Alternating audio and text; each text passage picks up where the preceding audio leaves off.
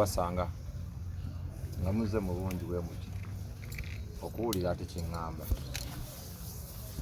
oba kiŋŋenda kutegeeza eggwanga ne bannayuganda bonna twaliza awamu.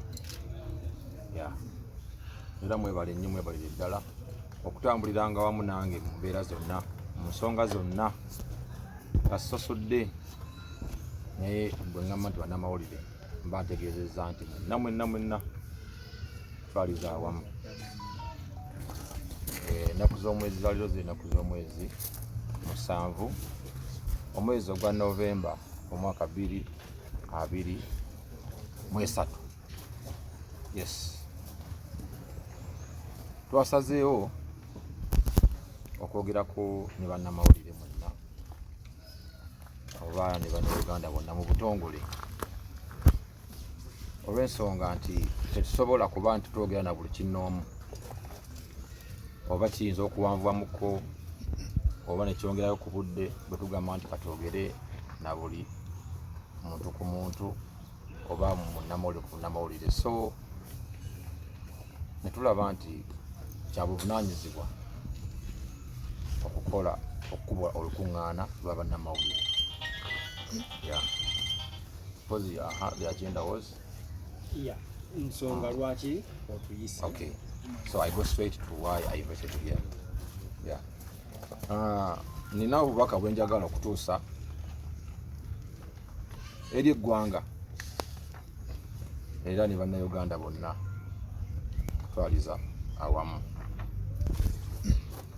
Obubaka buno ngenda kubusoma, then oluvannyuma mujja kumbuuza ebibuuzo ebyenjawulo ate tujja okugamba okwongera elaboratinga ku bintu ebisinga.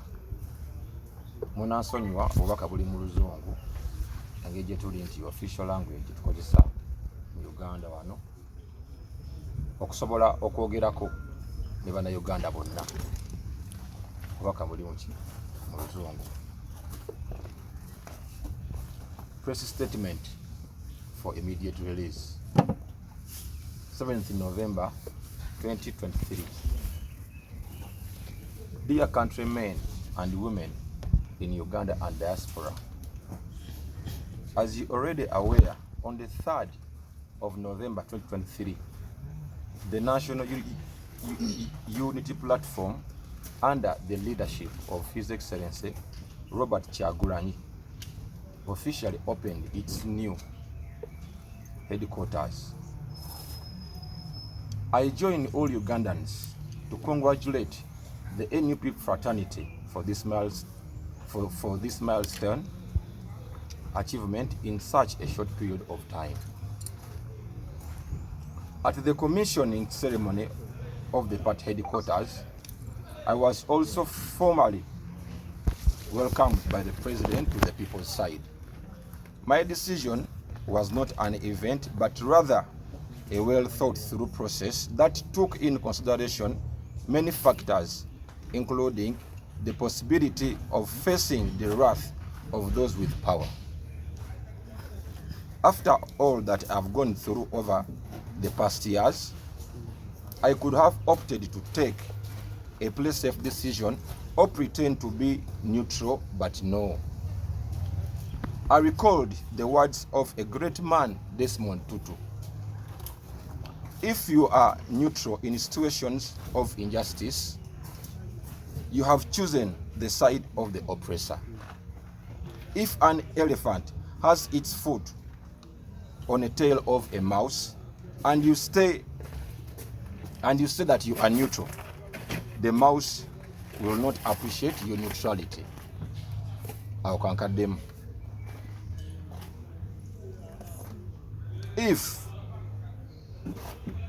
If you are neutral in situations of injustice, you have chosen the side of the oppressor. If an elephant has its foot on the tail of a mouse, and you say that you are neutral, the mouse will not appreciate your neutrality. I thank the President for having welcomed me where I belong. My life is back. I am thrilled with joy and happiness. I am having better night sleeps. The love and the affection I've received since the day I was reintroduced to the world is overwhelming. Thank you, fellow Ugandans, for the excellent reception. As an artist, with the people's blessing, my music career, the job I only know how to do is already back on track. Thank you to all those who are doing everything to support my music. In a short while, I'll be releasing new music. I request all of you to be on the look for both my new and previous songs. I sign, Manager Ibrahim Big I, CEO, Big Music Entertainment.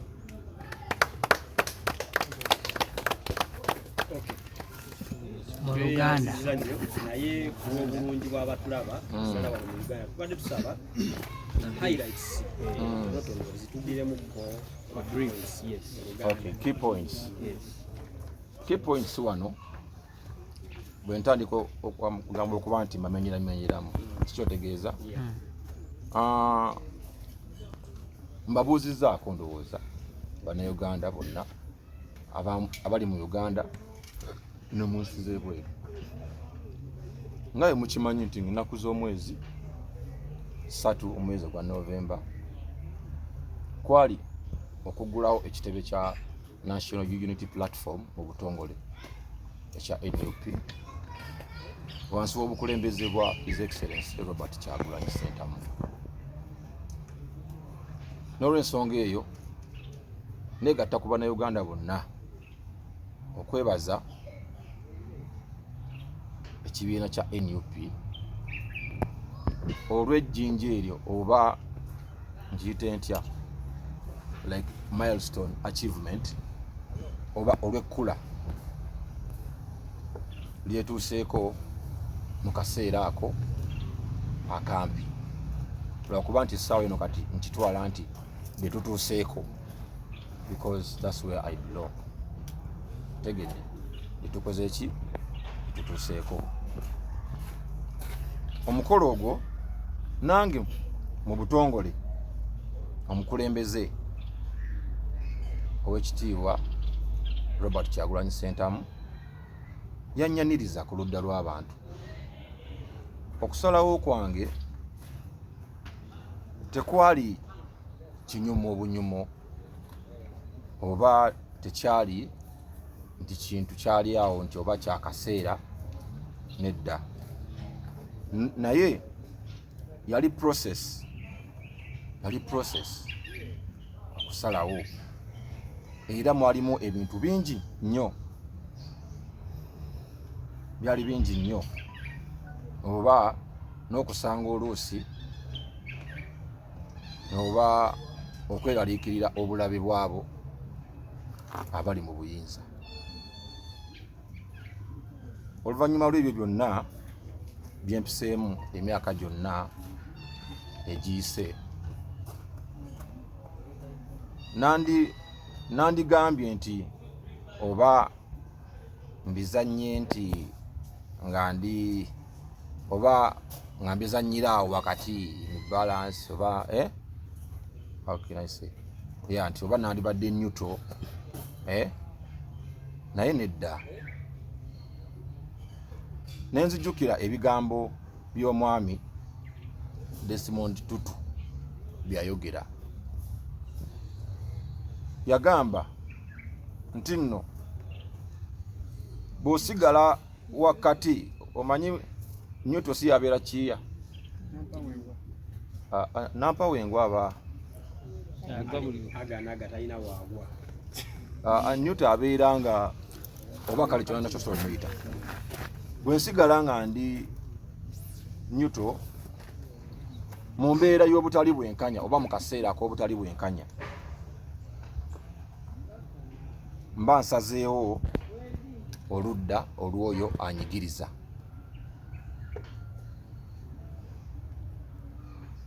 Ne nnyongerako nti enjovu bwerinnya ku kakira k'emmese bweba erinnya kakira k'emmese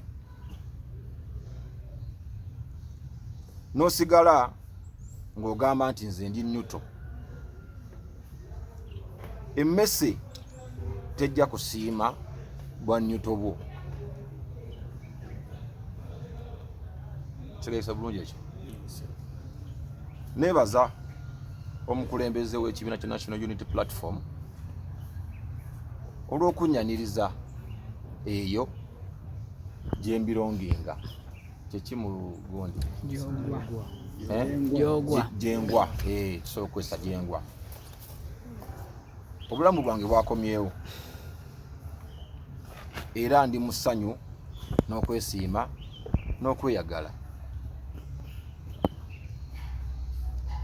Neebaka bulungi obudde bw'ekiro, omukwano ogw'ekimmemmette gwenfunye okuva olunaku lwe nayanirizibwa buto mu nsi. Omukwano ogwo mungi nnyo. Nyongera okwebaza Bannayuganda bonna olw'okunnyaniriza n'essanyu eringi ennyo buli wamu. Nze ng'omuyimbi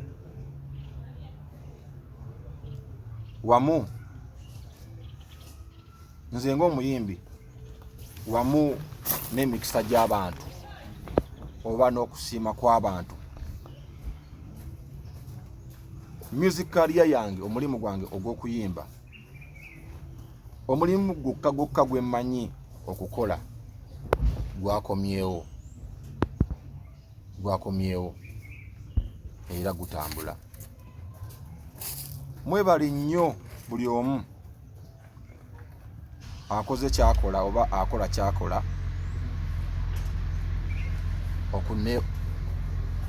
ku music wange, okuwagira music wange okuba nti music wa Big I agenda maaso.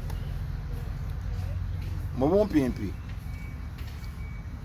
nja kuba mbafulumiza ennyimba mu bumpimpi, era obutasukka weekend ngenda kuba oluyimba olupya mu lulindirire. Era nga mbasaba mubeere nga mugenda maaso n'okutunuulira ennyimba zange empya n'enkadde, era nga ndi mu kikola Bannayuganda mwenna essaawa eno nti ennyimba zange zonna enkadde kati zaafuuse empya. Mwebale nnyo, mwebalire ddala. Nenteekako omukono Mayanja Ibrahim Big I, CEO. Abeera ani oyo? Senkulu Kabejja ow'ekibiina kya Big Music Entertainment Uganda. Tweyanziza weejumbira.